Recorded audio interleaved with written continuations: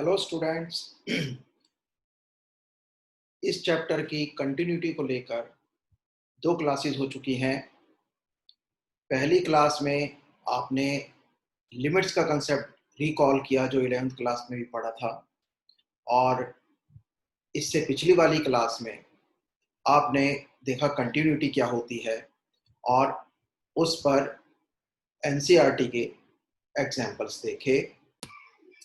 आइए अब एनसीईआरटी की एक्सरसाइज 5.1 के कुछ बढ़िया क्वेश्चंस देखते हैं। इनमें से कुछ पेपर्स में भी, एग्जामिनेशंस में भी आए हुए हैं। जैसे ये क्वेश्चन 2010 और 2011 में एग्जामिनेशन में आया है।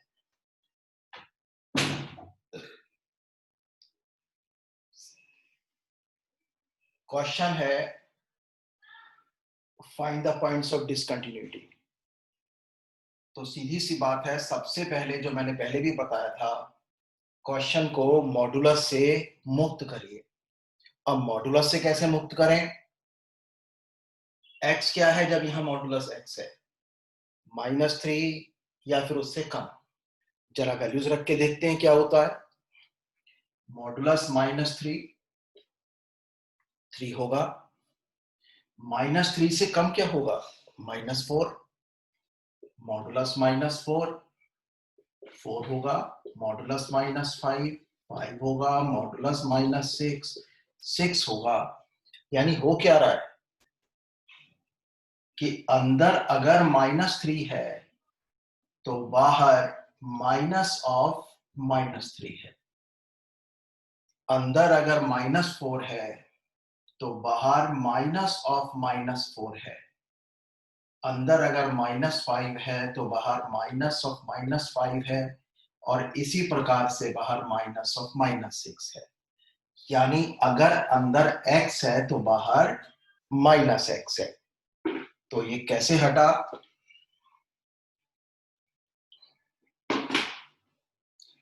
तो बच्चों ये हटा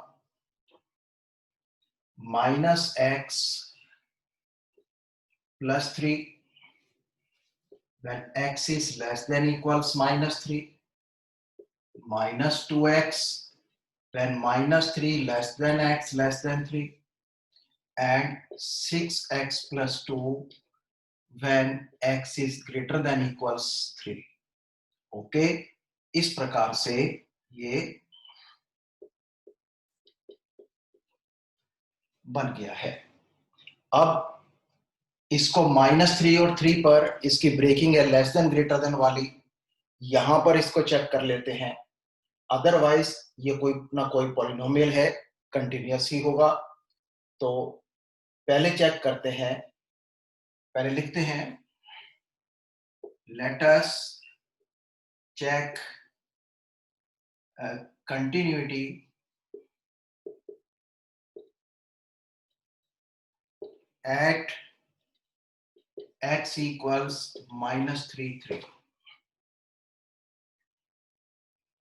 पहले -3 पर करते हैं। Limit of f(x) when x approaches -3 from left equals limit when x approaches -3 from left। तो यानी x should be less than -3। x is less than -3, तो fx को रिप्लेस किया इसने -x + 3 ने। अब क्योंकि ये पॉलिनोमियल है, -3 डायरेक्टली अप्लाई हो जाएगा। तो जब x की जगह -3 रखूंगा, माइनस पहले से बाहर है, ये हो गया 3 + 3 = 6। Limit x approaches 3 from right for fx equals limit x approaches 3 from right जब x is approaching 3 plus something, इसका मतलब x is greater than 3, तो x is greater than 3, x is greater than -3, x is greater than -3, तो ये expression आ गया। और इसमें अगर मैं x की जगह -3 रखूंगा तो भी 6 आ गया। तो left hand limit equals right hand limit. और कंटिन्यूटी की शर्त क्या है कि left hand limit equals right hand limit equals value at the point. तो f -3 भी निकालो। f -3 कहां से निकालोगे, जहां इक्वल का साइन है। तो क्या हो गया, ये भी माइनस ऑफ -3 प्लस 3 यानी कि 6। तो therefore limit of fx when x approaches -3 from left equals limit of fx when x approaches -3 from right equals f -3। So therefore f is continuous, f is continuous at x equals -3। अब हम check करते हैं 3 पर।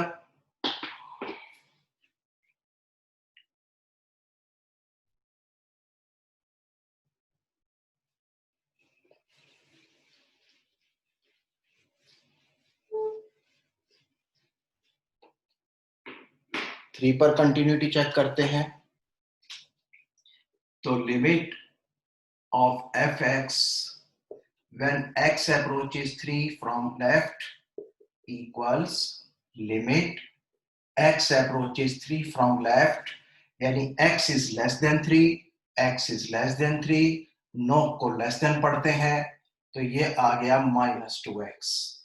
और अब x की जगह 3 रख दूंगा तो -2 into 3 ये आ गया -6। अब limit x approaches 3 from right for fx equals limit x approaches 3 from right और 3 प्लस यानी 3 से थोड़ा ज्यादा यानी x ग्रेटर देन 3, तो ये आ गया 6x प्लस 2। पॉलिनोमियल है, डायरेक्टली अप्लाई हो जाएगा 3।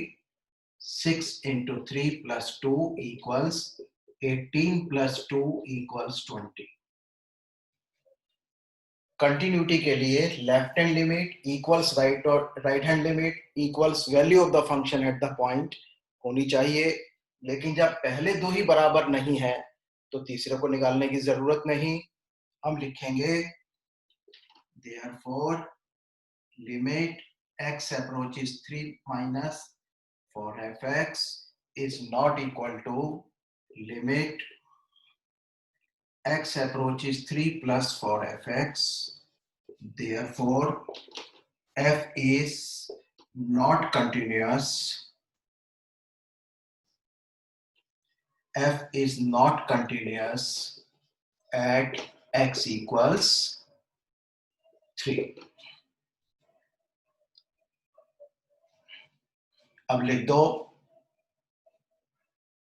otherwise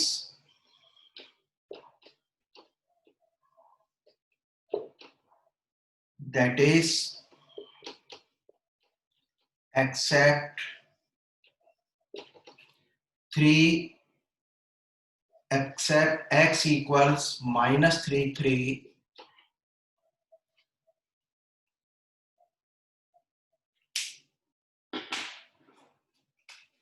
x is some polynomial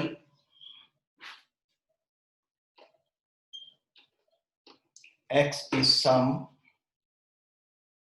polynomial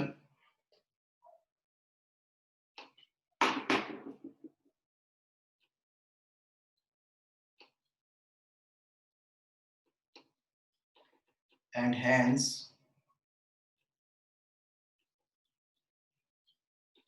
continuous।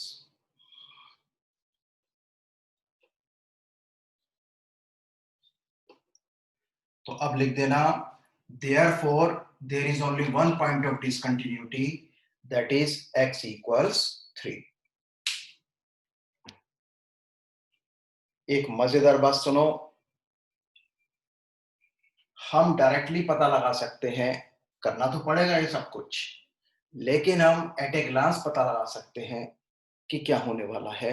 क्योंकि हम क्या कर रहे हैं, हम डायरेक्टली वैल्यूज पुट कर रहे हैं। तो अगर मैं देखना चाहूं कि x इक्वल्स -3 पर लिमिट क्या आएगी, तो डायरेक्टली x की जगह -3 पुट कर लो। तुम देख रहे हो लेफ्ट हैंड लिमिट -3 पर 6 आ गई। और when x is greater then -3, directly put करके देखो क्योंकि पॉलिनोमियल है, क्या आ गई, ये भी 6। Sorry, directly x equals -3 put करने पर वैल्यू आ गई 6, और राइट हैंड लिमिट भी क्या आ गई, 6, और वैल्यू भी क्या आ जाएगी, क्योंकि इक्वल का साइन भी इसी एक्सप्रेशन के साथ है, मतलब वो भी 6 आ जाएगी। तो -3 पर कंटिन्यूअस होगा। लेकिन x लेस देन 3 पर, यानी 3 पर लेफ्ट हैंड लिमिट क्या आएगी, डायरेक्ट पुट करके देखो, -6 आई। और 3 पर राइट हैंड लिमिट क्या आएगी, डायरेक्टली पुट करके देखो, 20 आई। तो तुम देख रहे हो कि 3 पर लेफ्ट हैंड लिमिट -6 आई, राइट हैंड लिमिट 20 आई। तो वैल्यू एट 3 निकालने की जरूरत ही नहीं है, यहीं से पता चल रहा है कि 3 पर ये कंटिन्यूअस नहीं होगा, क्योंकि left hand limit equal right hand limit नहीं है। तो पॉलिनोमियल फंक्शंस में डायरेक्टली पुट करके देखा जा सकता है कि लिमिट क्या आने वाली है। ओके, आइए एक और क्वेश्चन करते हैं। The question is find the relationship between a and b such that this function is continuous at x equals 3। अगर ये x equals 3 पर कंटिन्यूअस है, इसका मतलब इसकी लेफ्ट हैंड लिमिट, इसकी राइट हैंड लिमिट और इसकी वैल्यूज एट 3 तीनों बराबर होनी चाहिए। पहले इसकी लेफ्ट हैंड लिमिट निकालते हैं। तो limit x approaches 3 from left equals limit x approaches 3 from left, और 3 में से कुछ कम हुआ, x लेस देन 3, तो यहां आ गया ax plus b, ax plus 1, और ax प्लस 1 पॉलिनोमियल है, डायरेक्टली 3 अप्लाई कर देंगे x के प्लेस पर, तो क्या आ गया 3a प्लस 1। अब 3 पर right hand limit, limit x approaches 3 plus function fx है, तो क्या हो गया, limit x approaches 3 plus 3 plus, यानी x इज ग्रेटर देन 3, अगर 3 प्लस समथिंग है, x इज ग्रेटर देन 3, तो क्या हो गया, ये वाली कंडीशन लग गई, bx प्लस 3, ये भी पॉलिनोमियल है, 3 अप्लाई कर दो, क्या आ गया 3b प्लस 3, और वैल्यू भी क्या आने वाली है, अगर x को 3 रखूंगा तो वैल्यू भी 3a प्लस 1 आने वाली है। बहरहाल हमारा काम इन दो से चल जाएगा, क्योंकि हम कहेंगे कि f is continuous at x equals 3, it implies left hand limit should be equal to right hand limit, that is 3a plus 1 is equal to 3b plus 3. So it implies 3a minus 3b equals 3 minus 1. So therefore 3a minus 3b equals 2. That is the condition. तो find the relation, relation मतलब equation, तो find the relation मतलब find the equation कि ए और B में क्या संबंध है। तो हमने क्या किया कि अगर फंक्शन 3 पर कंटिन्यूअस है, तो 3 पर जो लेफ्ट हैंड लिमिट है और जो 3 पर राइट हैंड लिमिट है वो बराबर होनी चाहिए, उनको बराबर किया तो रिलेशन आ गया। ओके, क्वेश्चन है कि ये फंक्शन x इक्वल्स 0 पर कंटिन्यूअस है, तो find the value of lambda. तो सीधी सी बात है, x इक्वल्स 0 पर x लेस देन 0 के लिए कुछ और एक्सप्रेशन है, x ग्रेटर देन 0 के लिए कुछ और एक्सप्रेशन है और x इक्वल्स 0 पर ही लिमिट निकालनी है, तो लेफ्ट राइट करना पड़ेगा। तो limit of fx when x approaches 0 from left equals limit fx when x approaches 0 from left। fx को उसकी वैल्यू से रिप्लेस करो 0 से कुछ कम, यानी x लेस देन 0, तो यानी ये आ जाएगा lambda x square minus 2x। अब दिस इज इक्वल टू, अब क्योंकि ये पॉलिनोमियल है x अप्रोचेस 0 डायरेक्टली अप्लाई हो जाएगा। अच्छा, जब यहां भी 0 रखा, यहां भी 0 रखा, क्या मिला हमको? हमें मिला लैम्डा इंटू 0 इक्वल्स 0। तो लेफ्ट हैंड लिमिट आ गई 0। Limit of fx when x approaches 0 from right equals limit when x approaches 0 from right। और fx किसको रिप्लेस करेगा? x क्या है? 0 प्लस समथिंग, यानी x इज ग्रेटर देन 0। तो क्या आ जाएगा? x ग्रेटर देन 0 वाली कंडीशन आ जाएगी fx प्लस 1। एक बार fx अपनी सही वैल्यू से रिप्लेस हो गया, फिर इस प्लस का कोई चक्कर नहीं, फिर अप्लाई करेंगे x अप्रोचेस 0। हाँ, इसे लिखते चलेंगे क्योंकि लिमिट तो हम यही निकाल रहे हैं। तो ये आ गया, x को 0 रखा तो आ गया 1। तो अब क्या है? वो कह रहा है f is continuous, f is continuous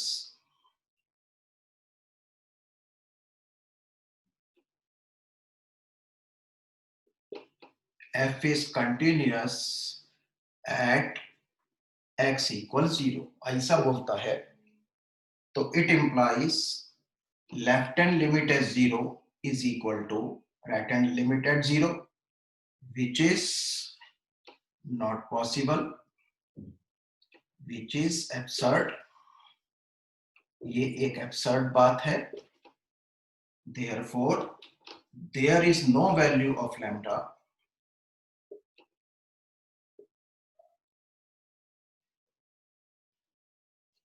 for which f is continuous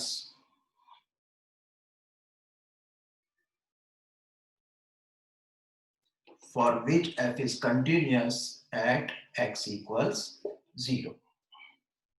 क्योंकि हम ये मानकर चले कि f is continuous at x equals 0 और किस नतीजे पर पहुंचे कि 0 बराबर 1 है, जो कि बिल्कुल ही गलत है।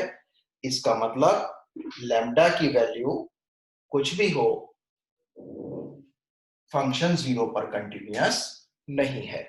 हाँ, अगर फर्ज करो 0 बराबर 0 आ जाता या 1 बराबर 1 आ जाता, कोई सेंसिबल रिजल्ट आ जाता, तो हम क्या कहते कि लैम्डा चाहे कुछ भी हो, ये फंक्शन मतलब which is right, therefore the function is continuous at x equals 0 for every value of lambda.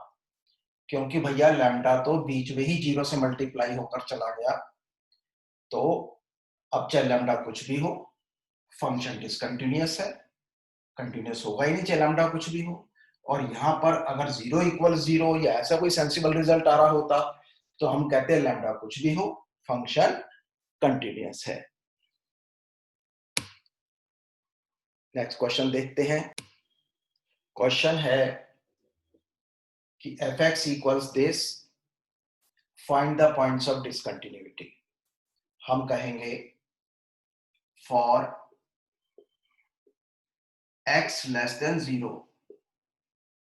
fx is means is equal to sin x upon sin x upon x, which is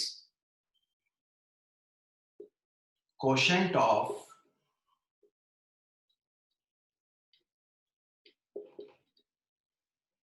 two continuous functions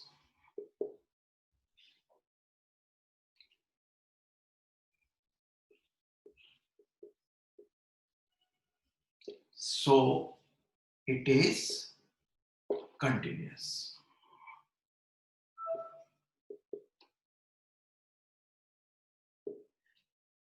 पिछली class में हमने एक theorem देखी थी कि अगर f और g दो कंटिन्यूअस फंक्शंस हैं तो f अपॉन g भी कंटिन्यूअस होगा प्रोवाइडेड g जीरो ना हो, और जैसे कि x लेस देन जीरो है तो ये जीरो नहीं है, तो इसलिए ये कंटिन्यूअस फंक्शन होगा। For x greater than zero fx equals x plus 1 which is a polynomial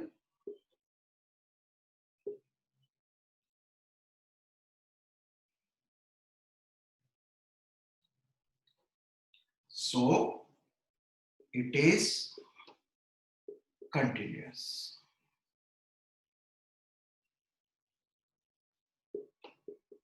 right अब जीरो पर लेस देन ग्रेटर देन हो रहा है, यानी जीरो से कम पर कुछ और वैल्यू है, जीरो से ज्यादा पर कुछ और वैल्यू है, तो इस पर लेफ्ट राइट करना पड़ेगा। तो limit x approaches zero from left function के लिए, तो limit of function when x approaches zero from left यानी x is less than zero वाला केस लेंगे, तो sin x अपॉन x, और तुम्हें पता है बच्चों ये एक फार्मूला है, ये फार्मूला है limit x approaches zero sin x upon x क्या होता है 1, और राइट हैंड लिमिट ली, limit x approaches zero plus for fx, तो limit x approaches zero plus यानी x is zero plus something यानी x is greater than zero, तो क्या एक्सप्रेशन लेंगे, और क्योंकि ये पॉलिनोमियल है डायरेक्टली पुट कर देंगे, तो ये वैल्यू भी क्या आ गई 1 आ गई। अब हम लिख देंगे कि therefore limit x approaches zero for fx zero minus for fx is equal to limit x approaches 0 plus for fx and that is equal to 1, यानी left hand limit equals right hand limit equal 1 है। अच्छा value of function भी देख लो आप, तो value of function zero पर क्या है, जहां equal to zero x equal to zero है वहां निकालोगे, तो क्या हो गया x की जगह जीरो रखा तो 1 आ गया, तो तीनों बराबर हो गए कि therefore limit fx x approaches 0 from left equals limit fx x approaches 0 from right, and this is also equal to f0, therefore f is continuous at x equals 0, so there is no point of discontinuity, यानी ये function हर जगह continuous है। इस function में देखो कि when x is not equal to 0 तो ये बात है, x is equal to 0 तो ये बात है, राइट यानी इसको देखना है कि ये पहले देखते हैं कि 0 पर कंटिन्यूअस है कि नहीं है।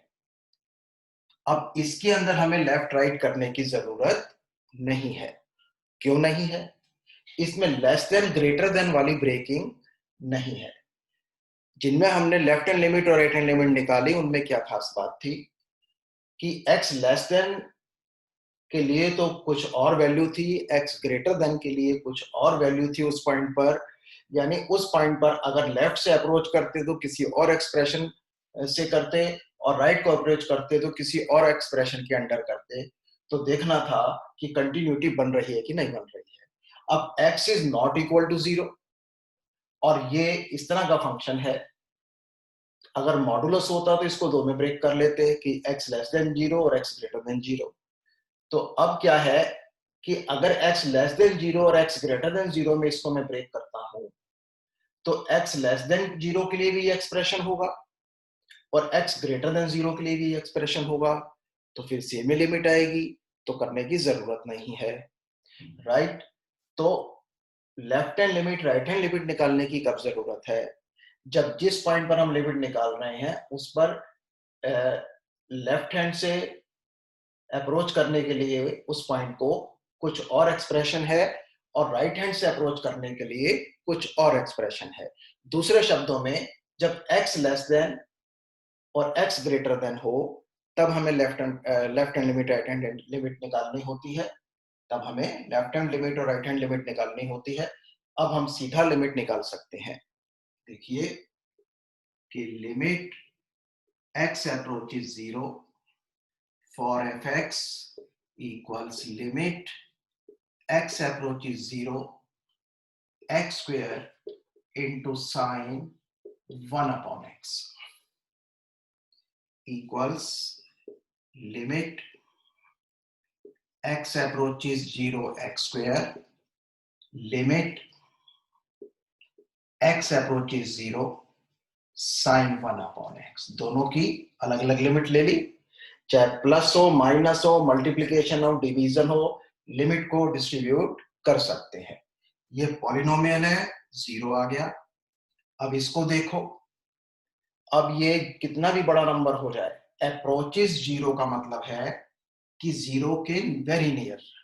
अब फर्ज करो यहां पे मैं रख देता हूं 1 अपॉन 0.00001, तो इसकी वैल्यू क्या आ जाएगी? अब इतना भी बड़ा एंगल हो जाए या इससे भी बड़ा एंगल हो जाए, साइन की कुछ ना कुछ वैल्यू होगी और हर एक वैल्यू के लिए, एक्स की हर वैल्यू के लिए साइन की एक डिफरेंट वैल्यू होगी। साइन 30 डिग्री कुछ है, साइन 31 डिग्री कुछ है, साइन 60 डिग्री कुछ है, तो कुछ ना कुछ वैल्यू जरूर होगी, राइट। तो हम यहां क्या लिख देते हैं? A finite value, a finite value, ठीक है। तो इट इज इक्वल टू 0, क्योंकि 0 से मल्टीप्लाई हो रही है कोई फाइनाइट वैल्यू, आंसर 0 आएगा। और f0 क्या होगा? वो यहां से निकलेगा, वो 0 है। अच्छा, देयरफॉर अब क्या आ गया कि limit of fx at x approaches 0 equals f0, limit of the function at 0 is equal to value of the function at 0. Therefore we can say, therefore f is continuous at x equals 0. Okay, next question देखते हैं। सवाल है कि ये function π/2 पर continuous है, k की value निकालो। पहले लिमिट निकालते हैं। Limit fx when x approaches π/2 equals limit x approaches π/2 और k cos x upon π minus 2x। put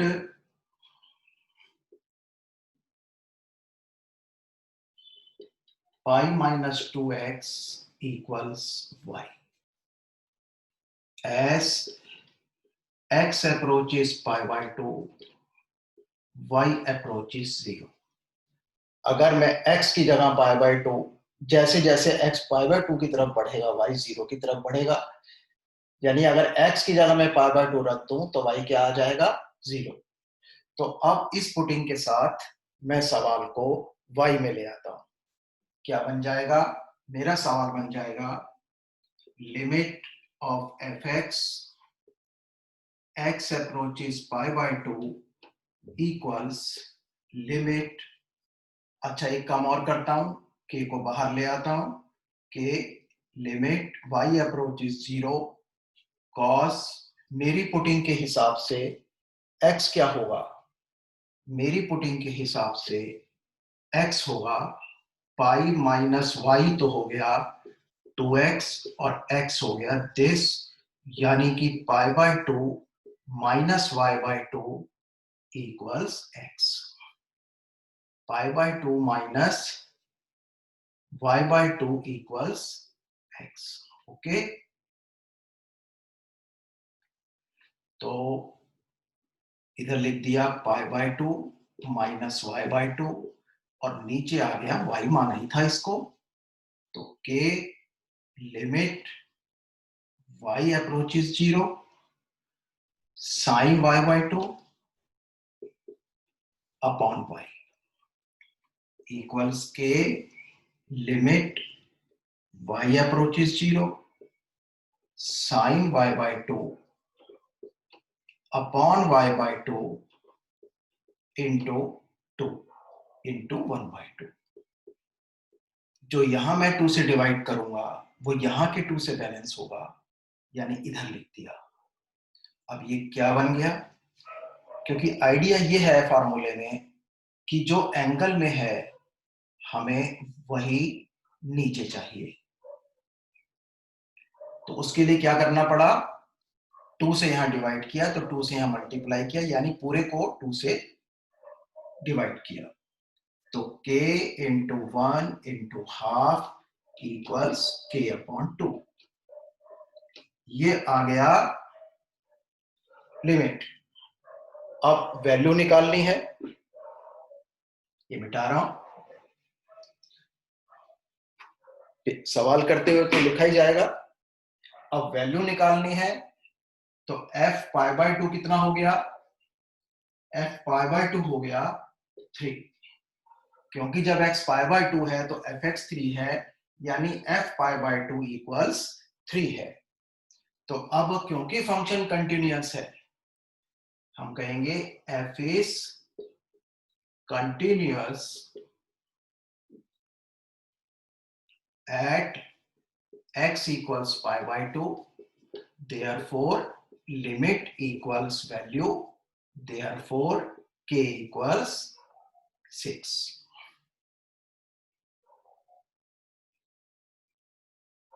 right?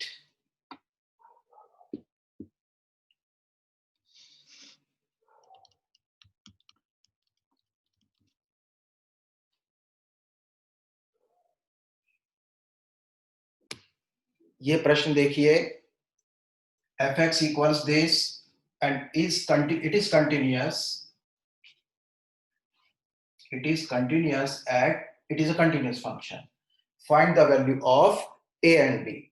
तो सीधी सी बात है, लेस देन ग्रेटर देन वाली ब्रेकिंग 2 पर भी है और 10 पर भी है, इसलिए इन दोनों पर लेफ्ट राइट करके लिमिट्स देखनी होगी, क्योंकि अगर ये फंक्शन कंटिन्यूअस है तो 2 पर इसकी लेफ्ट हैंड लिमिट इसकी राइट हैंड लिमिट के बराबर होनी चाहिए, और ऐसे ही 10 पर। तो limit fx x approaches 5 from left equals limit x approaches 5 from left and x is 5 में से कुछ कम है, तो x less than x less than 2 पर निकालेंगे, 2 पर निकालेंगे, यस। तो x is less than 2 वाला केस लगेगा, यानी 5, और कांस्टेंट की लिमिट वो कांस्टेंट ही होता है, ओके। अच्छा, limit x approaches fx 2 plus equals limit x approaches 2 plus when x is greater than 2, तो ये आ जाएगा ax plus b, और x की जगह 2 रख दिया क्योंकि ये पॉलिनोमियल है, डायरेक्टली अप्लाई हो जाएगा, तो ये आ गया 2a plus b, ये आ गया 2a plus b। और क्योंकि ये एक कंटिन्यूअस फंक्शन है, तो 2 पर लेफ्ट हैंड लिमिट इक्वल्स 2 पर राइट हैंड लिमिट के बराबर होनी चाहिए, तो हम कहेंगे कि 2a plus b equals 5, got it first. और अब ऐसे ही 10 पर देखेंगे, 10 पर left hand limit fx x approaches 10 from left equals limit x approaches 10 from left तो x लेस देन 10 यानी ax प्लस बी, और ये आ गया 10a प्लस बी, और limit x approaches 10 plus for fx equals limit x approaches 10 plus x greater than 10 वाला case लेंगे 21, it is equal to 21। और क्योंकि फंक्शन कंटिन्यूअस है तो 10 पर भी left hand limit equals right hand limit होगी, तो ये आ गया 10a plus B equals 21। Okay, call it second. अब इस फर्स्ट और सेकंड की मदद से तुम आराम से ए और बी की वैल्यूज निकाल सकते हो। चलिए देखते हैं। ए था मतलब फ्रॉम फर्स्ट एंड सेकंड, ये हो गया, ऐसे कर लो, from second minus first bye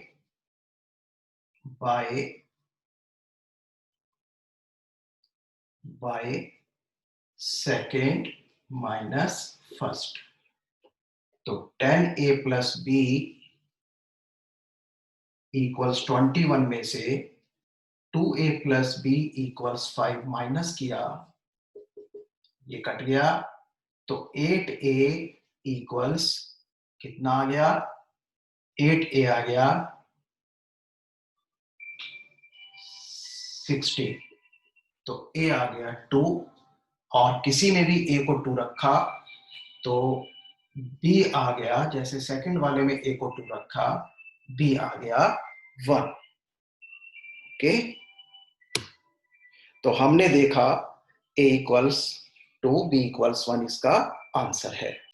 अब एक बात देखिए कि हमें कसरत तो ये सारी करनी पड़ेगी, लेकिन जैसे कि मैंने पहले भी बताया है, तुम काफी हद तक इस क्वेश्चन को ओरली कर सकते हो, क्योंकि पॉलिनोमियल फंक्शन है तो लेफ्ट हैंड लिमिट क्या आने वाली है, तुम्हें पता है 5 आने वाली है 2 पर, और 2 पर राइट हैंड लिमिट क्या आने वाली है, 2 को पुट करके देख लो, तो क्या आ गया 2a प्लस बी, यानी एक इक्वेशन आने वाली है हमारी 2a प्लस बी इक्वल्स 5।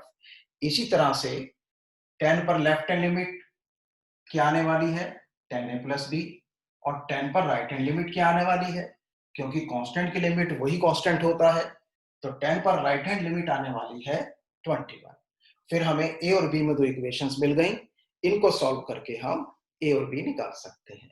हमें जितने वेरिएबल्स चाहिए होते हैं उतनी ही इक्वेशंस हमारे पास होनी चाहिए। जैसे कि हमें दो वेरिएबल्स निकालने थे ए और बी, तो वो एक इक्वेशन अगर ए और बी में होती तो दोनों नहीं निकल सकते थे।